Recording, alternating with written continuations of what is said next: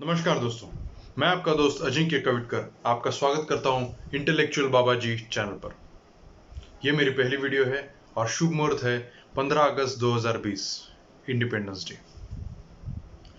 दोस्तों, हम कई बार सोचते हैं कि कुछ खोजें, कुछ साइंटिफिक रिसर्चेस या इन्वेंशंस फॉरेन में हुए हैं और फॉरेन के साइंटिस्ट ने किए हैं, लेकिन कई बार वो इंडिया में वो खोजें पहले हो चुकी होती है या फिर फॉरेन के लोगों ने उसे कॉपी पेस्ट किया होता है और पेटेंट और नाम उनका होता है। आज ऐसी ही 3 खोजें या फिर ऐसी ही 3 चीजें जो पहले भारत में थी और फिर फॉरेन में आई, ऐसी 3 चीजों के बारे में मैं आपसे डिस्कस करने वाला हूं। मैं अगर आपसे पूछूं कि एरोप्लेन की खोज किसने की थी, तो आप शायद बोलेंगे राइट ब्रदर्स। जी नहीं, गलत। उससे 8 साल पहले 1895 में शिवकर बापूजी तळपदे नामक व्यक्ति ने मुंबई की चौपाटी पे एरोप्लेन उड़ाया था। विशेष बात तो यह है कि उसमें कोई व्यक्ति नहीं था और वो रिमोट कंट्रोल से संचालित होता था, तो हम उसे ड्रोन भी कह सकते हैं। और एक खास बात, राइट ब्रदर्स ने जो एरोप्लेन बनाया था वो हवा में सिर्फ 12 सेकंड चला था, जबकि शिवकर बापूजी तळपदे का एरोप्लेन लगभग 1 घंटे तक हवा में उड़ता रहा था। और यह बात भी मानी जाती है कि राइट ब्रदर्स ने जो एरोप्लेन बनाए वो शिवकर बापूजी तळपदे के ही एरोप्लेन के आधार पर बनाया था। और तळपदे जी ने जो एरोप्लेन बनाया था वो हमारे शास्त्रों और पुराणों के हिसाब से बनाया था। अब ये शास्त्र और पौराणिक किताबें कितनी पुरानी हो सकती है? आपने पुष्पक विमान का नाम जरूर सुना होगा, जिसमें रावण ने सीता जी को हर लिया था रामायण के वक्त।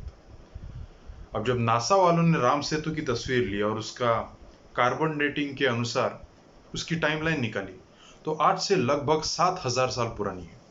इसका मतलब रामायण 7000 साल पुराना है और 7000 साल ही पुराना पुष्पक विमान है। अब अगर पुष्पक विमान जैसे विमानों का उसमें वर्णन है, इसका मतलब वो शास्त्र उससे भी कई पुराने हैं। हम ज्यादा नहीं, कुछ 100 साल या 1000 साल भी पीछे जाएं, तब भी 8000 साल पहले हमारे पास विमान मतलब कि एरोप्लेन बनाने का विज्ञान था भारत के पास। और जब ये पूरी दुनिया समझती थी कि ये दुनिया फ्लैट है, उससे कई सदियों पहले हम इसे भूगोल कहते थे। भूगोल मतलब भूमि जो गोल है। दूसरी बात, जब दुनिया मानती थी कि पृथ्वी एक जगह रहती और सूर्य और चंद्र उसके आसपास परिक्रमा करते हैं, उससे कई सदियों पहले हम इसे जगत कहते हैं। जगत मतलब जो गति करता है।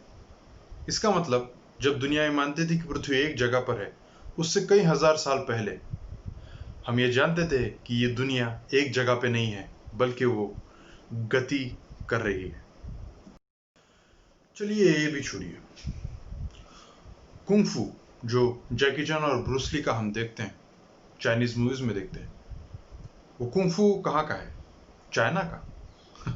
जी नहीं, वो भी हमारे इंडियन आदमी, एक बोधि धर्मन नामक व्यक्ति ने यहां से जाकर चाइना में सिखाया था। जी हाँ, ये कलरीपयट्टू जो आज भी साउथ इंडिया में प्रैक्टिस किया जाता है, उसका थोड़ा मॉडिफाइड वर्जन है कुंग-फू। और मेन बात मतलब जो पूरे चाइना का एक सबसे महत्वपूर्ण टेंपल है, शाओलिन टेंपल, जहां पर कुंग-फू भी सिखाया जाता है, वो शाओलिन टेंपल भी बोधि धर्मन ने ही संस्थापित वहां किया था।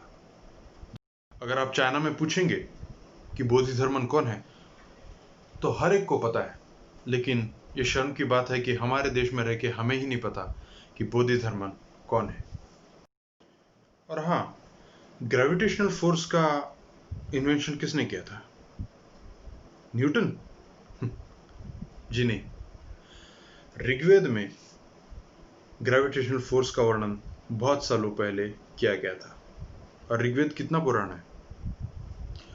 माना जाता है कि ऋग्वेद लिखा गया है वेद व्यास के द्वारा, जिन्होंने चारों वेद लिखे, इसलिए उन्होंने वेद व्यास किया कहा जाता है।